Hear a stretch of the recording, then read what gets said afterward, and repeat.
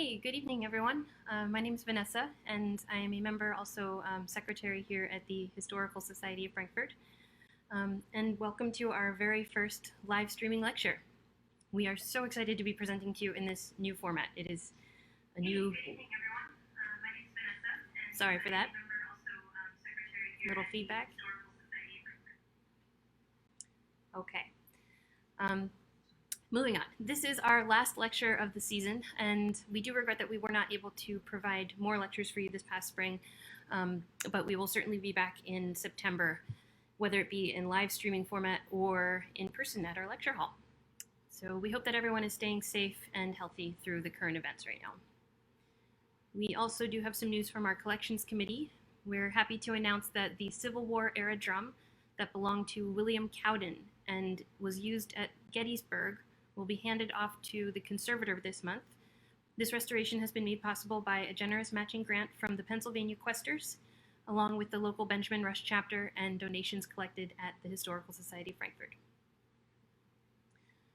So, the paper that I'm going to read is entitled Swimmin Holes I Know. It was written by W. Hepworth, or William Hepworth, in 1934. It was presented to the Historical Society of Frankfurt at the request of Miss Mabel Corson. This was originally read before the Society on November 12, 1935, by Dr. John C. Mendenhall, which I discovered by checking the Society's minutes from that time. William Hepworth was the writer and was most likely the man whom we discovered an obituary for living from 1887 to 1940. So we can guess that he wrote this in his senior years as a nostalgic remembrance of his times as a young boy in Frankfurt.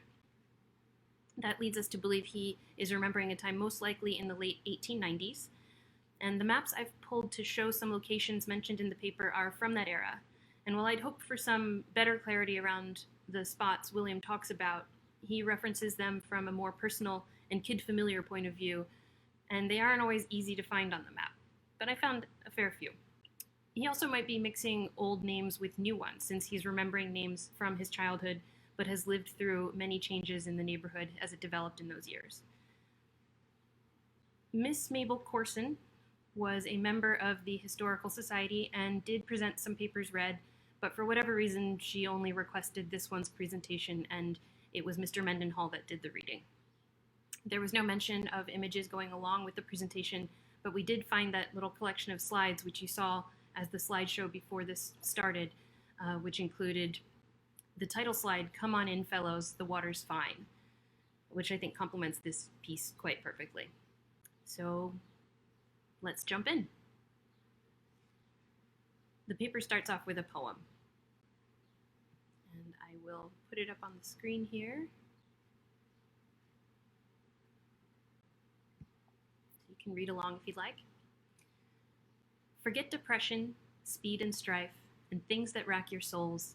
And come along, I'm going back to good old swimmin' holes. I'm going back to days of yore, those summer days so fair, with shoes and stockings cast aside and sunshine in my hair. I'm going back to ponds and creeks and strip down to my soles and poise and dive to my delight in good old swimmin' holes. My name is Average Frankfurt Boy. I lived some time ago. You may recall me if you try, and swimmin' holes I know.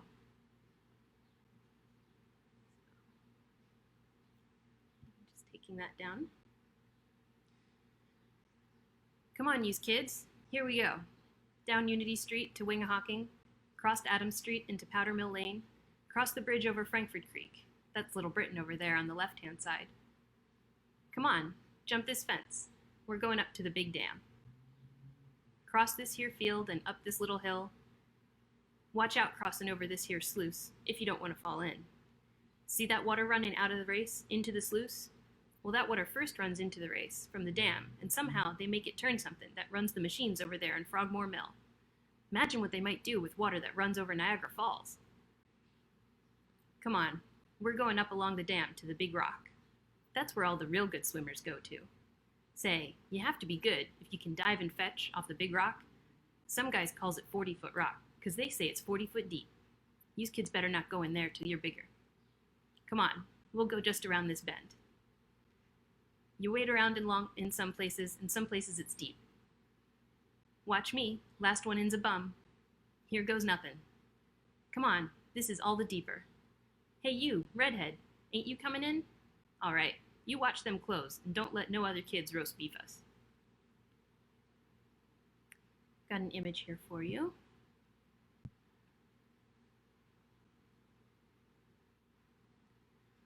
So this journey starts off just a short distance from my own home on Church Street, which is a lovely coincidence, I think. This first map I'll show, which I sourced from philogeohistory.org, is from 1995. Did I say 1895? Okay, there we go. So close to the time that we believe William is remembering. I couldn't find any dams. Oops. I've got the wrong image up. I am so sorry. Okay. This is the area we were talking about. I couldn't find any dams marked on the map, but if it was on Frankford Creek, it could have been at the part marked in yellow, since there is a pooled section of the creek just behind it. For some orientation, I've highlighted Unity Street in green and Wingahawking in blue, and Powder Mill Lane is in red there on the left.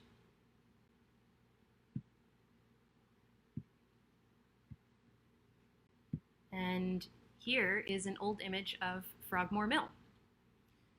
According to the information on the website Workshop of the World, it was the mill that is currently Romano's. Romano's Catering and Event Hall, rather. You can still see some of the old stone mill buildings there, and the hall is aptly named the Felt Room, as there were mills that produced wool products in that area at one point. Next we have,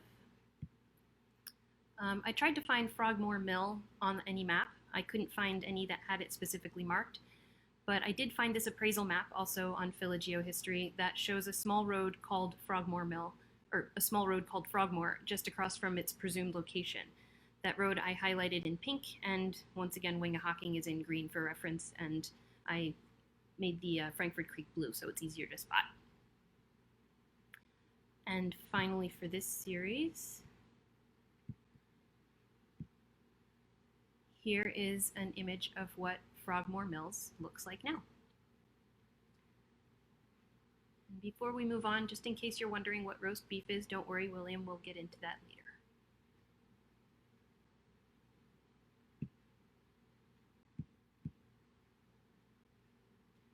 See them woods over there? Them's Paul's woods. There's a couple of good swimming holes right in the woods, in this here same creek for little kids what's just learning. Just baby holes, them is. You see that nice grass over there? Well, Tither Acres, the acrobat, does a lot of practicing. And sometimes he learns us kids how to turn flips, stand on our heads and stand on our hands, and bend the crab, and a lot of other things. Tither is going to join Barnum and Bailey's circus. He's good. Just a quick pause here. We're not sure who Tither Acres was, but Frankfurt did have a connection to the circus, which was talked about in one of our lectures last year. Basically, a few circuses would winter here in the neighborhood. How you like this place, huh? Say, if you want to go around Frankfurt swimming in different places, why, I can keep you busy all summer. There's hundreds of swimming holes around here. Hundreds. Well, maybe not hundreds, but plenty. Take this here big dam, even. Why, there's places all around it where you can go in from. A dandy place right alongside of the falls, when the water ain't running too fast over the falls. Of course, then it's dangerous, and we stays out. And down below the falls, there's another place, halfway to Powder Mill Lane. Not far from where we jumped over that fence. Remember?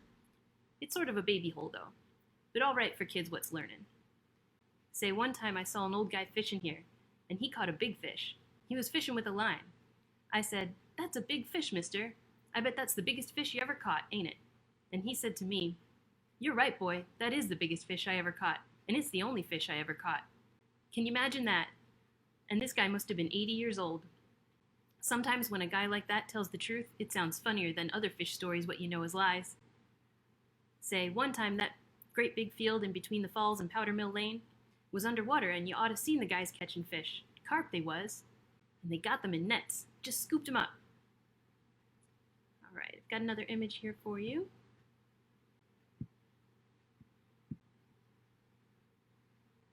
Here is an image of old and new maps showing where Powder Mill Lane was. Wingahawking is in green, and you can see it come to a stop shortly after it crosses the creek, same as now. On the left, you have an image of our current Google Maps showing where Powder Mill would have run if it were still in existence. And on the right, you can see it was a shorter road that ran diagonally between Cayuga and what is currently approximately Luzerne.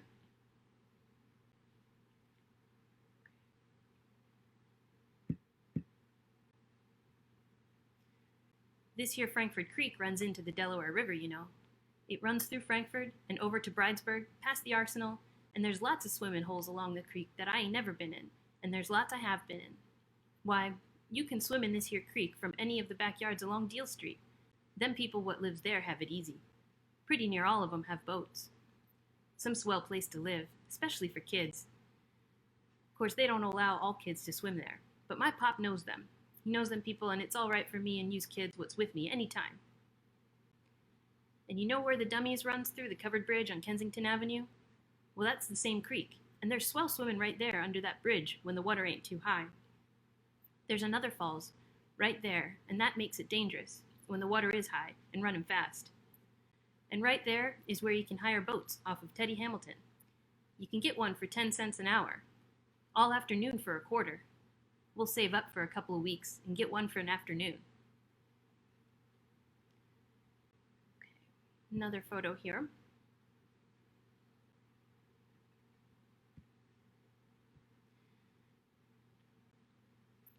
So when he says dummies, he means dummy cars. Old train cars containing their own steam locomotive, which would run across the bridge. Frankford Creek used to run past the Arsenal. And in this map, I've highlighted Frankford Creek as it was then in blue, and you can see the mouth of it over near the Arsenal, highlighted in orange. It's a really faint orange, I'm sorry. It's way off to the right and a little bit above the blue. For orientation, I highlighted Frankford Avenue and in red and Wingahawking Street, which we looked at earlier, in green. And the new Frankford Creek is more like, is this. This is that same area shown on today's Google Maps, again with the Arsenal outlined this time in orange, and Frankford Avenue highlighted in red again, Wingahawking up there in green. The old mouth of the creek does still exist. You can see that down there, kind of mid-image to the right. And there's a nice walking area down there now, but it stops a little bit after Bridge Street, the old mouth of the creek, rather. On this map, I also drew a purple line giving an idea of where the old creek mouth once connected to what we currently have. That covered bridge he mentioned, we do have a lovely image of. I'm not exactly sure what direction this image was taken from, but this was the covered bridge that crossed Kensington Avenue just before Deal Street. And I'll show you a current image of that area.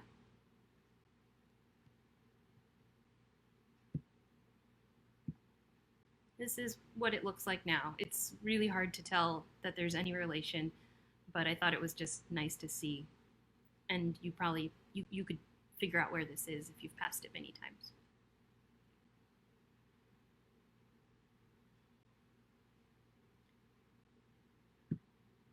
I'll let you look at the covered bridge photo for a little while.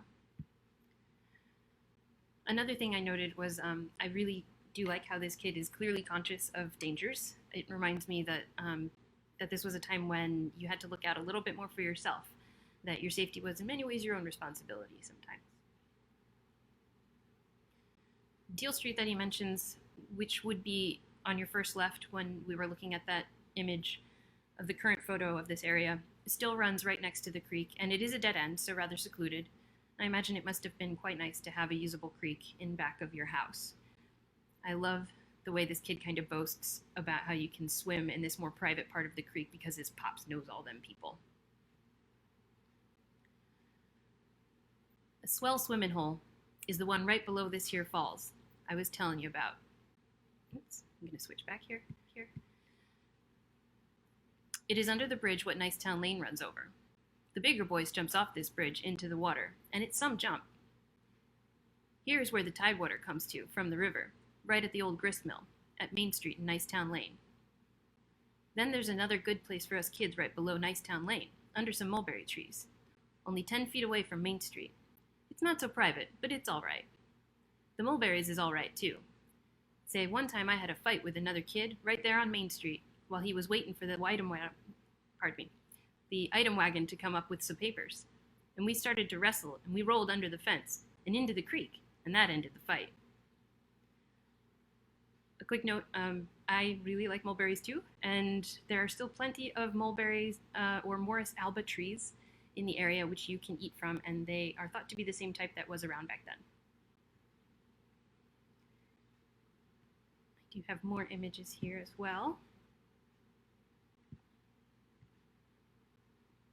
Nicetown Lane ran parallel to Hunting Park Avenue, but further south and east on this map I showed where it would have been, approximately, where you see Worrell Street highlighted in green. It did run much further, though, at the time. For orientation, I just highlighted Kensington Avenue in red. And for an older view,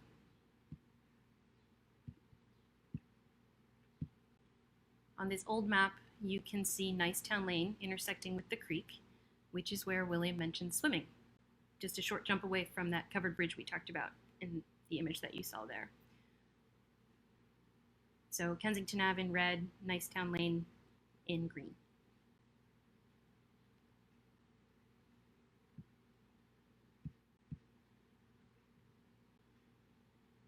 Between that place and Bridge Street is a good many foundries and mills, and they don't let you get in their yards to get into the creek. But at Bridge Street, near the Arsenal, is a swell place fine for diving. Deep water on both sides of the bridge, and if you like a high dive, you can try one off the turn bridge. They have to turn it for the big boats what comes up the creek from the river. Maybe we're getting too far from home, but we're over in Bridesburg, and we might as well not forget Lennage's Wharf. Right at the river where Frankford Creek empties. That's a good place too, but we go there when we get to wandering. So here he's wandered off into Bridesburg. Lennage's Wharf was right near the river where Frankford Boat Launch is currently. One of my favorite swimming holes is up at Presses, up near the trestle. The gang likes it up there, especially because there's more places on the way home where we can have another swim. Presses is way up past Dark Run Woods. You go through the woods, then cross Dark Run Lane, and about a half mile further, and you're at the trestle. A swell place, not so deep, and we never get chased. There's a swell turnip patch right near too, and young turnips is swell eatin'. I guess we go there more than any other place.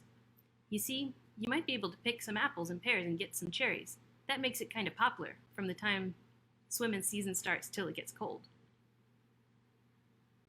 He wrote popular like poplar, like the tree. When you come back from Presses, about halfway to Dark Run Lane, there is another good swimming hole, and another right before you get back to the lane. These places is all in the Dark Run Creek, what runs through Dark Run Woods. We call it Dark Run Creek. There's a stone bridge over the creek at Dark Run Lane that is, and sometimes you'll see people getting baptized in a swimming hole, what is right under that bridge. Of course, you don't go in while the baptizing is being done. We always sit up on the stone wall and watch. Most of the people what get baptized are grown up, and some of them act as if they never had their heads underwater before. Guess when they was kids, they never went swimming, because they wouldn't act as if they was drowned if they knew anything about swimming. Why, the minister what baptizes them only ducks them for a second. Oh boy, some of them acts funny when they comes up. So Presses was most likely located along Wissinoming Creek, although I couldn't find any mention of land relating to such a name in the area. And I have an image here, some Dark Run images. Dark Run Woods was roughly Wissinoming Park, which is where Dark Run was. On this lovely map of old creeks of Philadelphia, which is also available on Phil Geohistory, we see Dark Run, which I highlighted in green. It intersected Cheltenham, which was back then called Dark Run Lane. That's highlighted in purple. On another note, I'd like to see any kid today that says young turnips is swell eaten. But talking about the flora that was around, also the apples and pears and cherries he mentions are not the kind that we see in supermarkets. There are still a number of wild fruit trees such as plum, cherry, and pear in the area, but think smaller fruits and probably less sweet. There are European cherry trees in the area, Prunus alba, that are thought to have been around back then and were tasty enough to snack on. There is an old pear tree I know of in Pennypack Park, though I've not seen if it produces fruit, and I'm not sure if it's something there would have been more of back then. As for baptisms, I didn't notice any churches on the map, this one that we're still currently looking at, that may have been related to them, but that area is now home to a cluster of cemeteries. The bridge he talks about would have been right where the purple highlighted Dark Run Lane or Cheltenham intersects the green. I imagine, I was thinking about the imagery of the young kids watching the baptisms. I think it's a really amusing thing to think about, kids sitting on a wall watching everybody get their heads dunked in.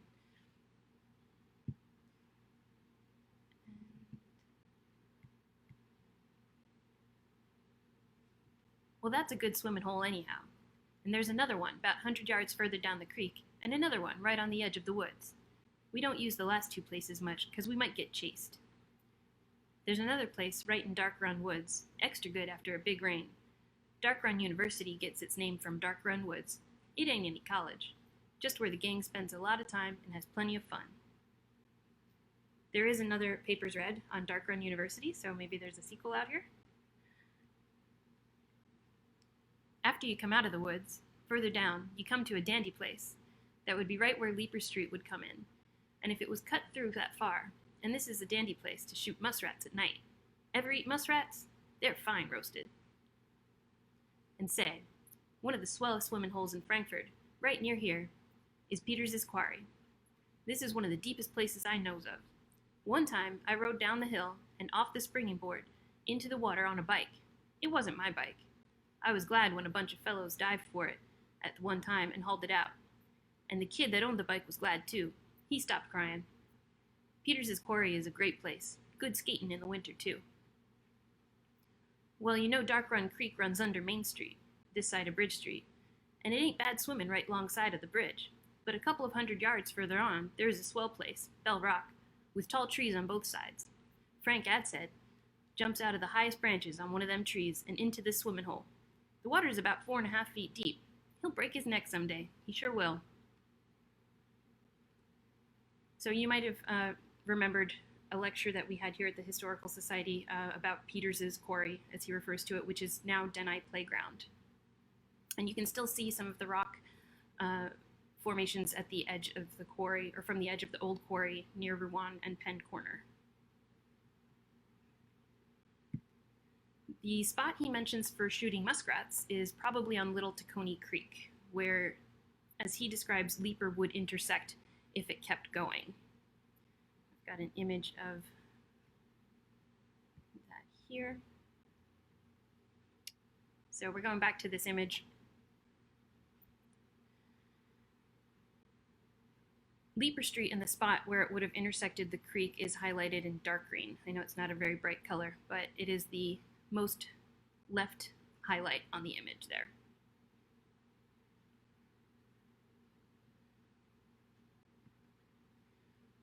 Also in this map, we can notice where Dark Run, the green, once again connects with Little Tacony, highlighted in orange, which I think William is continuing to refer to as Dark Run. So you can see Little Tacony, highlighted orange there, crosses Frankford Avenue, or back then it was Main Street, at the red mark I made. That's where the bridge he mentions would have been. And this is where Frankfurt Transportation Center currently stands.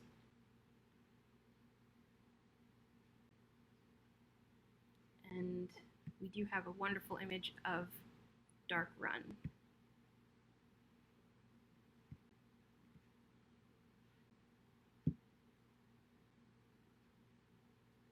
So I'll let you see this image for a little bit as I go on.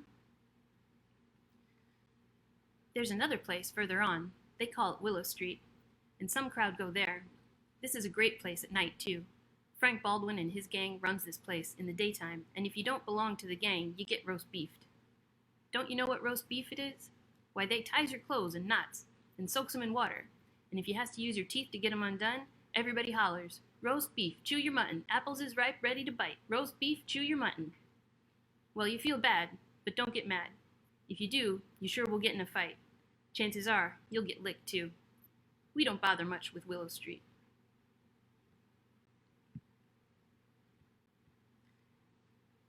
Did you ever hear of Earl's Quarry?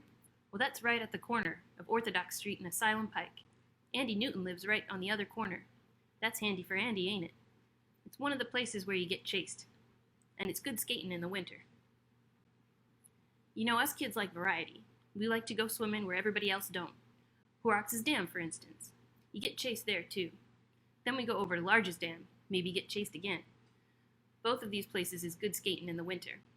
Sometimes, when the ice is thick on Large's Dam, they cut it and haul it away somewheres. Large's Dam is near Large's Woods, and there's a place in the woods what's pretty good after a big rain. And you can get elderberries, blackberries, wild cherries, and other stuff on Castor Lane, right alongside of the woods. Another map image here.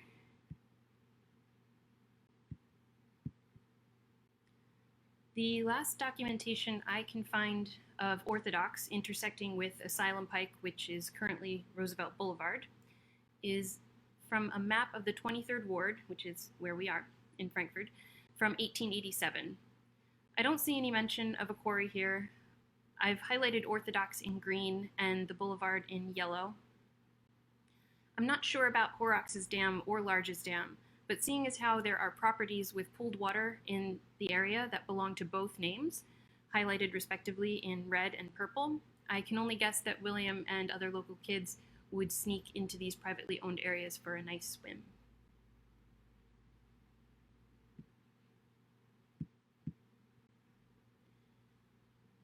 These places won't be good for much longer. They're starting to build houses on the Northwood Land Company, and Arrett Street is being made from Leaper Street into Asylum Pike. And I guess they'll build more houses on Horrock's farm, and there won't be much swimming on this side of Castor Lane or around Orthodox Street. But there's lots of places, even if we have to go over to the Delaware River. A bunch of us choir boys from St. Mark's Church like it over at Fiddlers Wharf. We generally go after 5 o'clock service on Sundays. Frank Crichton, John Hay, Tom Moore, Andy Newton, and a lot of others used to go too. You get there off a state road, above the arsenal, right alongside Fiddler's Rope Walks. We always run from the state road to the river and try to be the first one in. One time I was first. Had my clothes off long before I reached the end of the wharf. Then I ran to the edge and dove off, right into a sunken sand barge. Gee, I was glad there was plenty of water in that boat. If there wasn't, I guess somebody else would have to tell you about these swimming holes I know. If anybody knows any of those names, definitely let us know. Maybe ancestors. The only one that is possibly familiar to us is Crichton, though we're not sure if it's any relation to the Crichton that we know of. Fiddler's Rope Walks was part of Philadelphia Cordage Works, owned by Edwin H. Fiddler. There was a long path on the industrial property used for twisting long lengths of ropes. And I've got that pictured on a map here for you.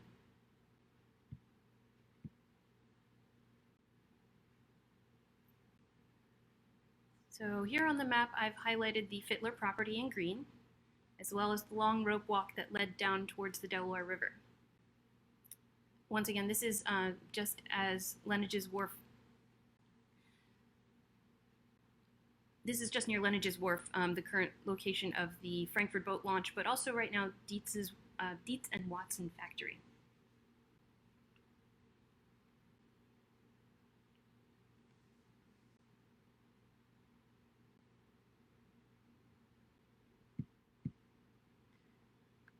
Fippany Bit's not far from here, right about Fiddler's at the end of Fippany Bit Lane.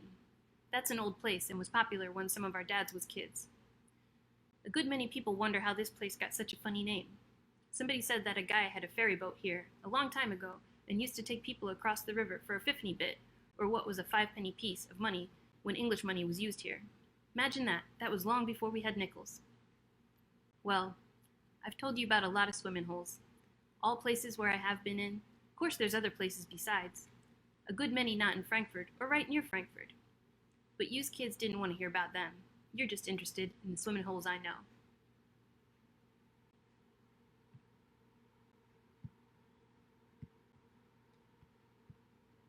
So come along, we'll try them all, while summer breezes blow. The ponds and creeks and woodland streams, you'll like them when we go. And maybe 50 years from now, when you get old and slow, you'll think of all the fun we had in swimming holes I know. So, that is all I've got. That was the paper. I thought it was such a fun read. I'm just going to check Facebook here, see if there's any comments. I meant to tell everybody to comment as I was reading if you wanted to.